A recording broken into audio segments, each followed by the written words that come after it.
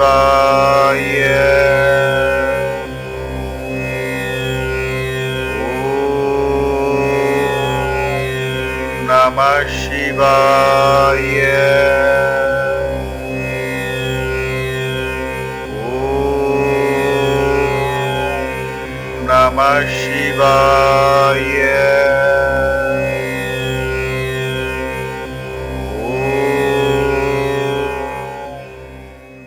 வணக்கம். சித்தர்கள் திருவடி இணையதள ஆன்மீக வலைக்காட்சி மூலம் உங்களை சந்திப்பதில் மிக்க மகிழ்ச்சி. நான் உங்கள் குன்னு.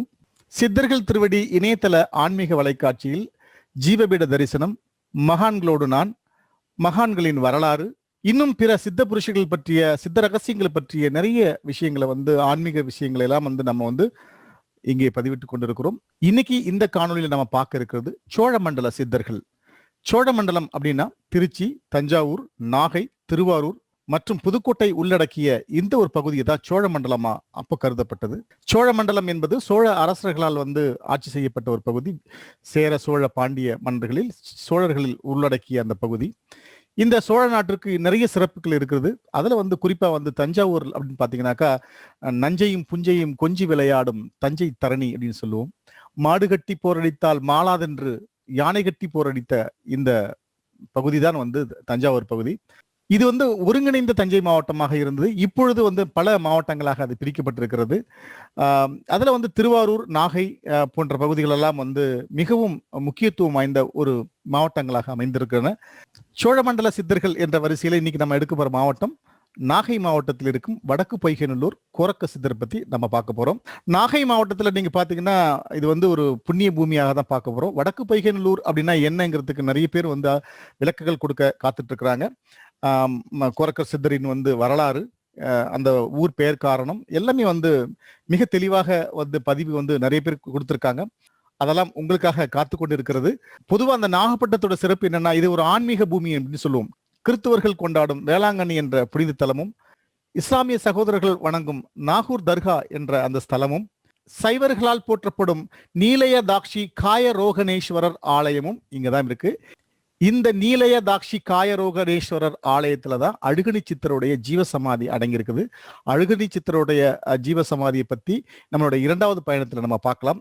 இன்னைக்கு இந்த காணொலியில நாகப்பட்டினத்திலிருந்து வடக்கு பொய்கைநல்லூர், அதை கிட்டத்தட்ட ஒரு 6 கிலோமீட்டர் தொலைவில் இருக்கும் இந்த ஊர்ல தான் கோரக்க சித்தர் ஜீவசமாதி ஆயிருக்காங்க. கோரக்க சித்தர் பல இடங்களில் ஜீவசமாதியா இருக்காங்கிறதெல்லாம் நிறைய பேர் சொல்லிட்டு இருக்காங்க. அதை ஒவ்வொன்றா நம்ம அப்புறம் பார்க்கலாம்.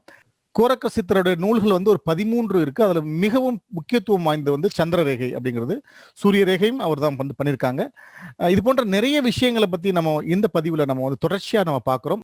இந்த காணொலியில யார் இந்த கோரக்க சித்தர், அவருடைய குருநாதர் யார், அவங்களுடைய சிஷியர்கள் யார், அவர்களுடைய நண்பர்கள் யார், இப்படி பல விஷயங்களை உள்ளடக்கி இந்த காணொலி நகர்ந்துகிட்டு இருக்குது. ரொம்ப இன்ட்ரெஸ்டிங்கான ஒரு காணொலியா தான் இருக்கும் அப்படின்னு நம்புறேன். மீண்டும் மற்றும் ஒரு இனிய ஜீவபீடத்தில் உங்களை சந்திக்கிறேன். அதுவரை உங்களிடமிருந்து விடைபெறுவது உங்கள் குன்னு. வாங்க, உலக மக்களுக்கெல்லாம் அருள்பாலித்துக் கொண்டிருக்கும் கோரக்க சித்தரை பற்றி நம்ம இப்ப பார்க்கலாம்.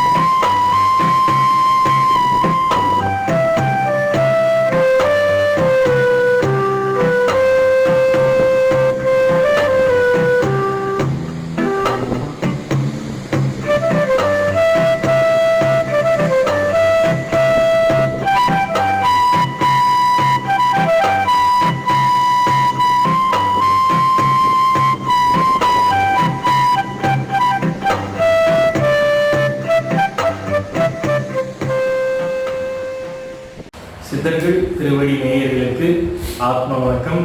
அடியேன் கோவையிலிருந்து உங்கள் ஆன்மீக நேயர் நிர்மல். ஜீவபீட தரிசனங்கள் நமது தொகுப்பில் பார்த்து கொண்டு வருகிறோம். அதில் மகான்களின் வரலாறாக இப்போது கோரக்கர் சித்தரின் வரலாற்றை பார்க்க இருக்கிறோம். கோரக்கர் 17 சித்தர்களில் ஒருவராக திகழ்கிறார். வடநாட்டில் கோரக்நாத் என்றும் அழைக்கப்படுகிறார். அவருடைய வரலாறை பார்க்க வேண்டும் என்றால் அவரின் குருநாதர் மச்சமுனியின் வரலாறை பார்க்க வேண்டும். அவர் குருநாதர் மட்டுமல்ல, கோரக்கரின் தந்தையாகவும் கருதப்படுகிறார்.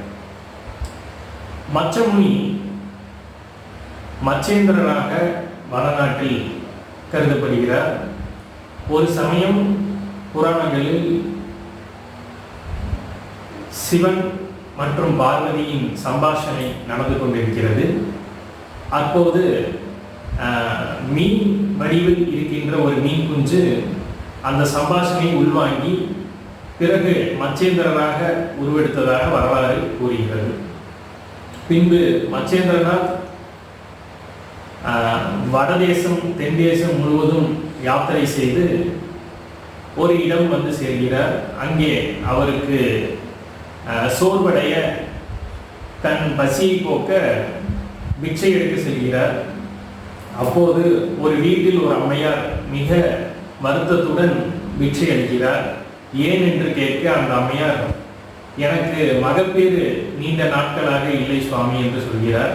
உடனே மச்சேந்திரநாத் வந்து விபூதியை அவரிடம் கொடுத்து, இதை நீங்கள் தரித்து நீரில் கலந்து அருந்தி வந்தால் உங்களுக்கும் உங்கள் கணவருக்கும் குழந்தை பாக்கியம் அவசியம் கிடைக்கும் என்று சொல்கிறார். அவர் சென்றவுடன் அண்டை வீட்டு பெண் ஒருவர், சிவனடியார்கள் மற்றும் இது போன்ற சாதுக்கள் கொடுக்கும் பொருட்கள் எல்லாம் பயன்படுத்த வேண்டாம், இதை வந்து அடுப்பில் இட்டு கொளுத்தி விடு என்று சொல்கிறார். அந்த பெண்மணியும் பயந்து அடுப்பில் அந்த சாம்பலை வந்து இட்டு விடுகிறார். ஒரு 10 வருட காலங்கள் கழித்து மிகவும் அவ்வழிய மச்சமுனி சித்தர் வருகிறார். அப்போது அந்த பெண்மணியிடம், எங்கே உனது புதல்வன் என்று கேட்கிறார். அந்த பெண்மணி பதறி போய் நடந்த உண்மையை வந்து சொல்கிறார். மச்சமுனியோ அந்த சாம்பல் மேடி எங்கே என்று கேட்டு அந்த இடத்துக்கு வந்து சென்று, கோரக்கா வெளியே வா என்று சொன்னவுடன், வந்துவிட்டேன் குருநாதா என்கின்ற ஒரு அழகிய 10 வயது மதிக்கத்தக்க பாலகன் வெளிப்படுகிறார். அவரே கோரக்க சித்தர். இந்த சம்பவம் நடந்தது 2 வகையாக சொல்கிறார்கள். ஒன்று, இங்கே தென்னகத்தில் வந்து சாம்பல்பட்டி என்னும் கிராமத்தில் நிகழ்ந்ததாக சொல்கிறார்கள். அதே போல் வடக்கில் கோரக்பூர் என்னும் இடத்தில் கோரக்கருடைய அவதாரம் நிகழ்ந்ததாக குறிப்பிடுகிறார். அங்கே வந்து நாத் பரம்பரை எனும் பரம்பரை தற்போது வரை இருந்து வருகிறது. அவர்களில் நவநாதர்கள் என்று சொல்லக்கூடிய 9 முக்கிய நாதர்கள், அவர்களின் வழித்தோன்றுதல்தான் இந்த நாத் பரம்பரை. அந்த 9 நவநாதர்களில் முதன்மையாக கருதப்படுவர் மச்சேந்திரநாத், பின்வரும் நமது கோரக்கர்நாத் எனும் கோரக்க சித்தர். அதேபோல் கோரக்கர் 17 சித்தர்களும் வந்து கர்ப்ப பாத்திரத்தில் தான் வந்து உதித்தார்கள் என்று தனது மெய்ஞான பாடங்கள் எல்லாம் வந்து விளக்கியிருக்கிறார். அதன் போல் எல்லா ஜீவராசிகளும் கர்ப்ப பாத்திரத்தில் தான் அவதரிக்கும் என்று சித்தர்களின் கூற்றுப்படி அவர் மச்சமுனிக்கும் தன் மனைவிக்கும் பிறந்திருக்கலாம் என்ற கூற்றும் இருந்து வருகிறது. இப்படி கோரக்கரும் மச்சமுனியும் தனது தாயிடம் விடைபெற்று பயணித்து தேச சஞ்சாரம் செய்கிறார்கள். அப்படி தேச சஞ்சாரம் செய்யும் போது மச்சமுனி, கோரக்கா நீ சில இடங்களுக்கு சென்று தவம் செய்வா, நான் மலையாள தேசம் செல்கிறேன் என்று சொல்கிறார். மச்சமுனி மலையாள தேசம் சென்று தவத்தில் ஆகிறார். பின் வெகு காலங்கள் கழித்து அவர் தவத்திலிருந்து வெளியே வரும்போது பிக்ஷை செல்ல மலையாள தேசத்தில் செல்கிறார். அப்போது அங்கே வந்த அந்த தேசத்தின் ராணி பிரேமலை எனும் அரசி மச்சமுனியை கண்டு அவரை தன் வசப்படுத்த நினைக்கிறார். மச்சமுனியை தன் அரண்மனைக்கு அழைத்து சென்று விருந்து உபசாரம் செய்து அவரை அந்த மாய வலையில் அந்த அஞ்ஞானவாசத்தில் வந்து இருக்க வைக்கிறார். அப்போது அவர்கள் இருவருக்கும் ஒரு மகன் பிறக்கிறான். அவர்களுக்கு அந்த மகனுக்கு வந்து அவர்கள் மீனநாதன் என்று பெயரிடுகின்றனர். அப்போது மச்சமுனி சொல்கிறார், என்னுடைய மூத்த புதல்வன் மற்றும் சீடனான கோரக்கர் வந்து என்னை தேடி எப்பேற்பட்டாலும் இங்கே வந்து அடைவான். அவனிடம் என்ன பதில் சொல்ல போகிறார் என்று கேட்கிறார். ராணியோ தனது பரிவாரங்கள் படைகளை அழைத்து யாருக்கும் தெரியா வண்ணம் யாரேனும் சாதுக்களோ சிவனடியார்களோ யோகிகளோ உள்ளே நுழைந்தால் அவரை அனுமதிக்காதீர்கள், மீறி நுழைந்தால் அவர்கள் சிரத்தை கொய்யுங்கள் என்று கட்டளையிடுகிறார். இது மச்சமுனி சித்தருக்கு தெரியாது. இப்படி பல காலங்கள் குருவோட கோரக்கரோ மச்சமுனி தன் குருவை வந்து தேடி மலையாள தேசம் வந்து அடைகிறார். அப்போது ஒரு இல்லத்தில் விருந்து உண்கிறார். அப்போது அந்த பெண்மணி வந்து, ஐயா, இங்க பல பல சாதுக்களை வந்து சிறைச்சேதம் செய்கிறார்கள், ஏன் என்று தெரியவில்லை, நீங்கள் அரசு அதிகாரிகளிடம் இருந்து தப்பி வெளி ஊருக்கு சென்று விடுங்கள் என்று அந்த பெண்மணி சொல்கிறார். இதை தன் ஞான திருஷ்டியால் அறிந்து சில கூத்தாடிகளோடு கோரக்கர் வந்து மாறுவிடம் கொண்டு செல்கிறார். சென்று அங்கே மத்தளம் வாசிக்கும் ஒரு மத்தளக்காரராக மத்தளம் வாசிக்கிறார். தன் குறிப்பால் தன் குரு மச்சமுனியிடம் தான் தான் கோரக்கர் என்று உணர்த்துகிறார். பின்பு அரசியிடம் மச்சமுனி வந்து, கோரக்கர் வந்துவிட்டான், இவன் தான் என் மகன் கோரக்கன் என்று சொல்கிறார். அரசியோ சரி நான் பார்த்துக் கொள்கிறேன் என்று கோரக்கரையும் இல்லற வாசத்தில் அந்த மாய வலையில் சிக்க செய்ய பல முயற்சி செய்கிறார். ஆனால் கோரக்கரோ ஒரு மகா சித்தர், மகா யோகி, தன்னை உணர்ந்த ஒரு ஞானி என்கின்றதால் அவர் அதில் அகப்படாமல் செல்கிறார். ஒரு முறை மீனநாதன் தன் படுக்கை அருகிலேயே மலம் கழிக்க மச்சமுனி கோரக்கரை கூப்பிட்டு, மீனநாதனை வந்து குழந்தையை வந்து துவைத்து கொண்டு வா அப்படின்னு சொல்லிடுறாரு. கோரக்கரும் அந்த குழந்தையை எடுத்து ஆற்றங்கரைக்கு சென்று அந்த பாறாங்களில் வந்து துவைத்து காய வைத்து விட்டு வந்து விடுகிறார். குழந்தை இல்லாமல் அரண்மனை திரும்பிய கோரக்கரை மீனநாதர் மச்ச முனியும் பிரேமனதையும் கண்டு எங்கே குழந்தை என்று கேட்க, நான் நீங்கள் சொன்னது போல் துவைத்து விட்டு வந்தேன் குருநாதா, மீனநாதன் காய்ந்து கொண்டிருக்கிறார் என்று சொல்ல, இவர்கள் பதறி போய் அங்கே செல்லும் போது 108 துண்டுகளாக அங்கே சிதறி கிடைக்கின்றவர் மீனநாதன். உடனே பிரேமனதை செய்வதறியாது தவித்து தங்கள் குற்றம் பொறுத்து என்னை மன்னிக்க வேண்டும் என்று சொல்ல, மச்சேந்திரர் கோரக்கருக்கு கட்டளையிட மீனநாதனை திரும்பி பிரேமலையிடம் ஒப்படைத்து இருவரும் செல்கிறார்கள். வழியில் அவர்களுக்கு தேவைப்படுமே என்று பிரேமலதை யாருக்கும் தெரியாமலும் 2 தங்க கட்டிகளை வந்து மச்சமுனிக்கு கொடுக்கிறார். மச்சமுனியும் அதை வயிற்றில் கட்டி கொண்டு கோரக்கருடன் புறப்படுகிறார். அப்போது வழியில் மச்சேந்திரனார் வந்து கல்வர் பயம் உள்ளதா என்று பல பேரிடம் கேட்டு வருகிறார். அப்போது கோரக்கர் சொல்கிறார், மடியில் கனம் இருந்தால்தான் பயம் இருக்கும், வழியில் பயம் இருக்கும் என்று அந்த வழக்க சொல்கிறார். அப்போது மச்சமுனி வந்து அவர் பையை பார்க்கும்போது அங்கே வந்து கருங்கல் தான் இருக்கிறது, தங்க கட்டி இல்லை.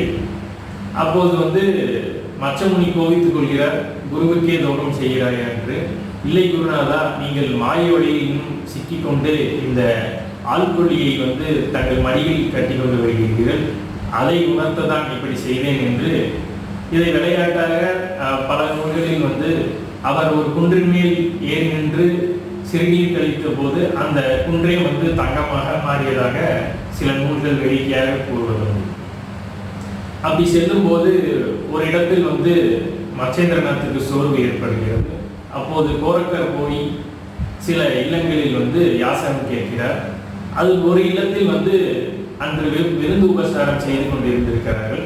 அப்போது அவர்கள் வந்து வடையையும் அன்னத்தையும் வந்து கோரக்கருக்கு அளிக்கிறார்கள்.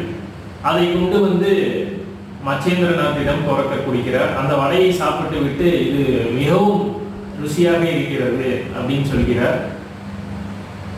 அடுத்த நாள் காலை அவர்கள் பிரயாணத்துக்கு புறப்படும் முன் மச்சமுனி வந்து கோரக்கரிடம் அந்த வடையை வந்து மீண்டும் அந்த பெண்மணியிடமே பெற்றுவா, அது நன்றாக இருக்கிறது என்று சொல்லவும், குருநாதரின் வார்த்தைக்கிணங்க கட்டளைக்கிணங்க அவர் வந்து அந்த பெண்மணியிடம் சென்று மீண்டும் வடை வேண்டும் என்று கேட்கிறார்.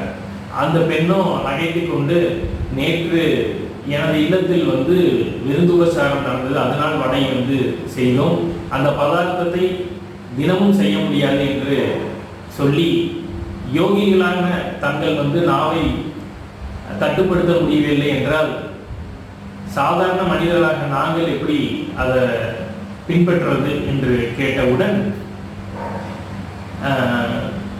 கேட்டு அந்த பெண்மணி வந்து இதே உங்கள் குருநாதர் உங்கள் கண்ணை கேட்டால் தருவீர்களா என்று கேட்டவுடன் கோரக்கர் சற்றும் யோசிக்காமல் இது என் குருநாதர் மச்சமுனி கேட்டதாகவே எண்ணி என் இடது கண்ணை தருகிறேன் என்று அவர் அந்த கண்ணை தன் கத்தியால் வந்து கீறி தருகிறார். அந்த பெண்மணியும் பதறி போய் நெய்யில் வடை சுற்று தருகிறார். இதை கொண்டு போய் மச்சமுனியிடம் கொடுக்க மச்சமுனியும் அதை வாங்கி கொண்டு ருசித்து சாப்பிட்டு விட்டு கோரக்கரை பார்க்கிறார். எங்கேயும் கண்ணை காணவில்லை என்று கேட்டவுடன் நடந்த விஷயத்தை சொல்ல தன் குருபக்தியை மெச்சி மச்சமுனி மீண்டும் அந்த கண்ணை வந்து கொடுக்கிறார். இப்படி அவரின் பரிபக்குவ நிலையை கண்டு மச்சமுனி கோரக்கரை வந்து நீ தனியே வந்து தனித்து சில தேச சஞ்சாரங்கள் செய்து மக்களுக்கு வந்து நன்மையை செய் என்று ஆசீர்வதித்து அனுப்புகிறார். மச்சமுனியும் திருப்பரங்குன்றம் சென்று ஜீவசமாதியில் ஆள்கிறார். பிறகு கோரக்கர் பல இடங்கள் சென்று, குறிப்பாக இமயமலை, கோரக்பூர், இங்கே தெற்கே கன்னியாகுமரியில் கோரக்கண்டி என்று சொல்லக்கூடிய இடத்தில் யோகேஸ்வரர் என்னும் அமைப்பினர் இன்றும் வாழ்ந்து வருகிறார்கள். அவருக்கு குலவு குருவாக இருந்து உபதேசங்கள் செய்து பின் கோரகேஸ்வரர் என்னும் ஸ்தலத்தில் அவர் ஐக்கியமானதாக கூறப்படுகிறது. இங்கே பாண்டிச்சேரியில் கொரக்கார் என்னும் இடத்தில் அவர் சமாதி பூண்டதாக குறிப்புகள் உள்ளது. பிறகு அவர் கொல்லிமலையில் பல காலங்கள் சமாதி நிலையில் இருந்து ஆழ்ந்து அங்கே சில சித்துக்களை பெற்று தன் இருப்பிடமான வடக்கு பொய்கை நல்லூர் வந்தடைகிறார். அங்கே அன்னச்சத்திரங்கள் நிறுவி தற்போது வரை அங்கே அன்னக்காவடி எடுத்துக்கொண்டிருக்கிறார்கள். நிறுவி அங்கிருந்து தன் இன்னொரு குருவான போகரை சந்திக்க பழனி செல்கிறார். பழனி சென்றவுடன் போகர் கோரக்கரின் ஆற்றலை கண்டு அவரை தன் சீடராக ஏற்றுக்கொண்டு நவபாஷான முருகனை செய்வதற்காக சில பாஷான முறைகளுக்கு மூலிகை தேவைப்படும் என்கின்றதால் மூலிகையை எடுத்து வர சொல்லி சில இடங்களுக்கு வந்து கோரக்கரை அனுப்புகிறார். அப்போது அவர் வரதமேடும் என்னும் இடத்தில் பிரம்மமுனி என்னும் சித்தரை சந்தித்து அவரை நண்பராக ஏற்கிறார். பிரம்மமுனியும் கோரக்கரும் அங்கே அந்த வரதமேடும் என்னும் இடத்தில் காணகத்தில் வந்து தவமிருந்து பல சித்துக்களை பெறுகிறார்கள். அப்போது அவர்களுக்கு ஒரு யோசனை தோன்றுகிறது, நாமே இந்த சிருஷ்டியை வந்து படைக்கும் ஆற்றலை வந்து பெறுவோம் என்று ஒரு யாகத்தை நிகழ்த்துகிறார்கள். அந்த யாகத்தின் அவர்களின் மாயா சக்தி வெளிப்பட்டு 2 கன்னிகளாக வெளிப்படுகிறது. யாகத்தை நாசம் செய்ய வந்த அந்த கன்னிகளை அவர்கள் வந்து தன் கமண்டல் நீர் கொண்டு சபிக்கிறார்கள். அப்போது அங்க வந்த அக்னி பகவானும் வாயு பகவானும் அந்த 2 கன்னிகளை பார்த்து மோகிக்கிறார்கள். அவர்களும் அதனுடன் ஐக்கியமாகி கோரக்கர் மூலிகை எனும் கஞ்சா மூலிகையாக ஒரு கன்னியையும், பிரம்மபத்திரம் எனும் பிரம்மமுனியின் ஒரு மூலிகையாக புகையையும் வந்து உருவாக்குகிறது. அப்போது சிவபெருமான் தோன்றி, இனி உங்கள் இருவருக்கும் வந்து இந்த மூலிகையால் கற்ப மூலிகையை செய்து பல மாநிலர்களின் உயிரை நீக்கும் வல்லமை வந்து கிட்டும் என்று அவர் வரமளித்து செல்கிறார். இதன்படி கோரக்கர் மூலிகை, கஞ்சா மூலிகை என்பது அவர் பிரயோகப்படுத்தும் ஒரு மூலிகையாக இருந்து வந்துள்ளது. அப்படி ஒரு முறை அவர் சதுரகிரியில் இயற்றிய பல நூல்களில் ஒன்றான சந்திர ரேகையை களவாட சில சித்தர்கள் அவர்கள் முன் தோன்றுகிறார்கள். ஏனென்றால் கோரக்கர் மிக எளிமையாக எல்லா சித்த ரகசியங்களையும் வெளிக்கொணர்ந்து மாநிலர்கள் பயன்பெற வேண்டி படைத்துள்ளார். அதை மாநிலர்கள் கையில் செல்லக்கூடாது என்பதற்காகவே சித்தர்கள் அவர் முன் தோன்றி அந்த படைப்புகளை களவாட வருகிறார்கள். அப்போது கோரக்கர் தன் குறிப்பால் அறிந்து அந்த கஞ்சாவை மூலிகையை அடைதோசை மாவில் சுட்டு அவர்களுக்கு அதை படைத்து அவர்கள் மயக்கமுற செய்கிறார்கள். அதில் அவருடைய குருநாத மச்சமுனியும் ஒருவர். அப்படி அந்த கோரக்கர் இயற்றிய சந்திரரேகை காலஞானம் எனும் மானிட லோகத்தில் தற்போது கலிகாலத்தில் என்னவெல்லாம் நடக்கும் அப்படிங்கின்ற குறிப்பு அதில் தரப்பட்டுள்ளது. அதன் குறிப்புப்படி தற்போது எல்லா அதிசயங்களும் நிகழ்ந்து வருகின்றது. அவர் இறுதியாக இந்த நிகழ்வுகள்லாம் நடக்கும் போது போகர் பெருமான் சமாதியிலிருந்து மீண்டும் இந்த உலகிற்கு திரும்புவார். அப்போது அவர் இந்த உலகத்தில் நடக்கும் அநியாயங்களை கலைந்து பஞ்சபூதங்களும் சம நிலைக்கு வரும் பொருட்டு இந்த உலகம் மேன்மையடையும், மறுபடியும் சத்திய யுகம் திரும்பும் என்று அதில் குறிப்பிட்டுள்ளார். அதன்படி நாம் அந்த யுகத்தை நாம் நெருங்கிக் கொண்டிருக்கின்றோம். தற்போது அவர் இயற்றியுள்ள பல நூல்களில் கோரக்கர் மலைவாகனம், சந்திரரேகை, ரவிமேகலை, கோரக்கர் நீப்பு மற்றும் வெண்பா போன்ற பல நூல்கள் உள்ளது. அது மட்டுமல்லாமல் போகரின் ஜனனசாகரம் மற்றும் போகர் 7000 நூல்களில் கோரக்கர் பற்றிய அரிய குறிப்புகள் இருந்து வந்துள்ளது. அதன்படி அவருக்கு பேரூரில் ஒரு சமாதி இருக்கிறதாகவும், முகாசா பரூர் எனும் பரூர் பட்டில் ஒரு சமாதி இருக்கிறதாகவும், அவரின் சாநித்தியம் கொல்லிமலை, கன்னியாகுமரி, இலங்கை கோகர்ண மலை, வெள்ளியங்கிரி மலை, சதுரகிரி மலை போன்ற இடங்களில் இன்றும் இருக்கிறதாகவும், அவர் சூட்சும ஆற்றலை அங்கெல்லாம் உணரக்கூடிய வகையில் இருக்கிறதாகவும் குறிப்புகள் இருக்கின்றது. இறுதியாக போகரை தன் குறிப்பில் கோரக்கரை தாம் வடக்கு பொய்கை நல்லூரில் சமாதி செய்ததாகவும், அவர் பிறந்த மாதம் கார்த்திகை ஆயில்ய நட்சத்திரம் என்றும், அவர் சமாதியான திருநாள் ஐப்பசி பரணி மாதம், ஐப்பசி பரணி நட்சத்திரம் என்றும், அதை எல்லா கோரக்கர் பீடங்களில் இன்றும் அனுசரித்து வந்து கொண்டிருக்கிறார்கள். அதன்படி நாம் வடக்கு பொய்கை நல்லூர் கோரக்கர் ஜீவசமாதி பீடத்தை பற்றி மீண்டும் அடுத்த பதிவில் சந்திப்போம். நன்றி, வணக்கம். ஆத்ம வணக்கம். வாழ்க வளமுடன். இந்த பதிவு உங்களுக்கு பிடிச்சிருந்ததுன்னா லைக் பண்ணி ஷேர் பண்ணுங்க. மறக்காம சப்ஸ்கிரைப் பண்ணிடுங்க. மீண்டும் உங்களை சந்திக்கும் வரை அன்புடன் குன்னு. வணக்கம்.